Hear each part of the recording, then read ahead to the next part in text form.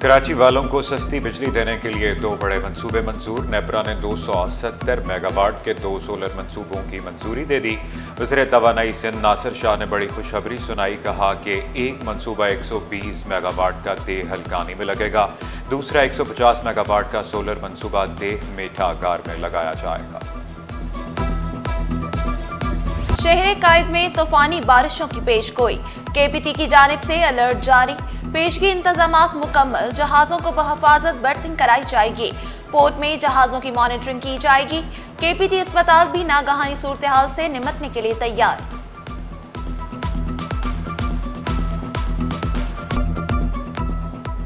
Water corporation متحرک، ہر town میں پانی کے میٹر لگنا شروع۔ میئر کراچی کا پانی کے مسائل واٹر کارپوریشن افسران تک پہنچانے کا اعلان۔ واضح کیا، کے پی ٹی لائن میں پانی چوری ہو رہا ہے، پمپنگ سٹیشن کو لوڈ شیڈنگ سے فری کرنے کا وعدہ۔ یو سی چیئرمینز نے پانی کی فراہمی کا مطالبہ کیا۔ نجمی عالم کا واٹر کارپوریشن کا سٹرکچر ٹھیک کرنے کی ضرورت پر زور، سیوریج کے مسائل فوری حل کرنے کے لیے تجاویز بھی دی۔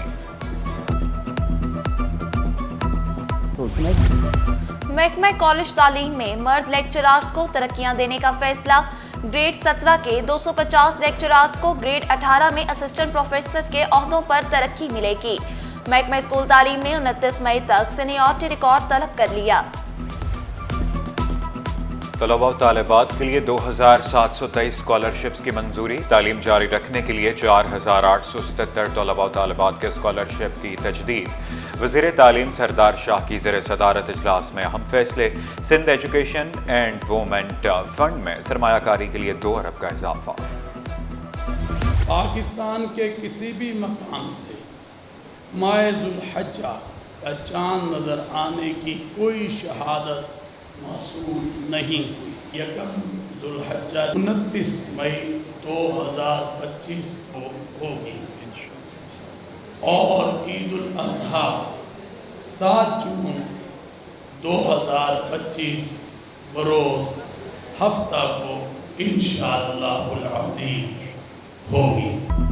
1 ذی الحج 29 مئی، عید الاضحیٰ 7 جون کو ہوگی۔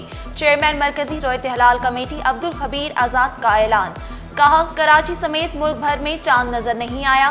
کراچی میں زونل کمیٹی کے اجلاس کی صدارت حافظ محمد سلفی نے کی۔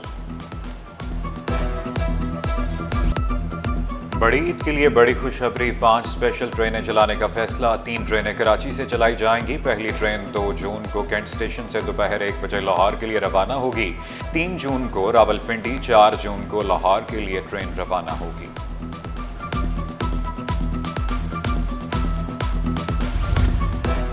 سندھ کے بڑے شہروں میں الیکٹرک بسیں دوڑیں گی، شرجیل میمن نے واضح کیا، اب مستقبل الیکٹرک گاڑیوں کا ہی ہے۔ الیکٹرک وہیکل سیکٹر میں غیر معمولی پیش رفت چاہتے ہیں۔ ایشیائی ترقیاتی بینک کے وفد کی شرجیل میمن سے ملاقات، ٹرانسپورٹ سیکٹر میں سرمایہ کاری پر تبادلہ خیال۔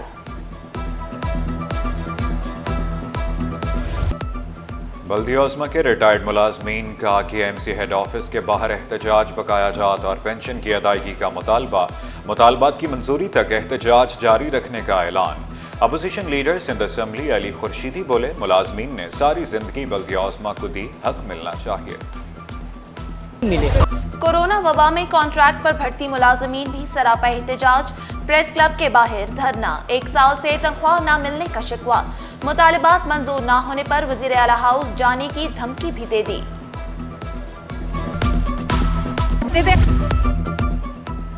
کے ایم سی کھجی گراؤنڈ کو بحال کرے، سندھ ہائی کورٹ کا بڑا حکم، عدالتی حکم میں کہا گیا کہ ایم سی قانون نافذ کرنے والے اداروں کی معاونت حاصل کر سکتی ہے۔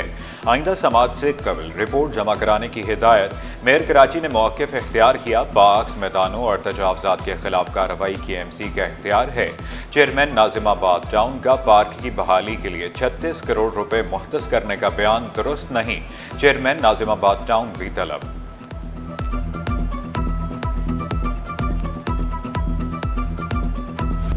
بجلی بندش کا معاملہ سندھ ہائی کورٹ پہنچ گیا، جماعت اسلامی نے درخواست دائر کر دی۔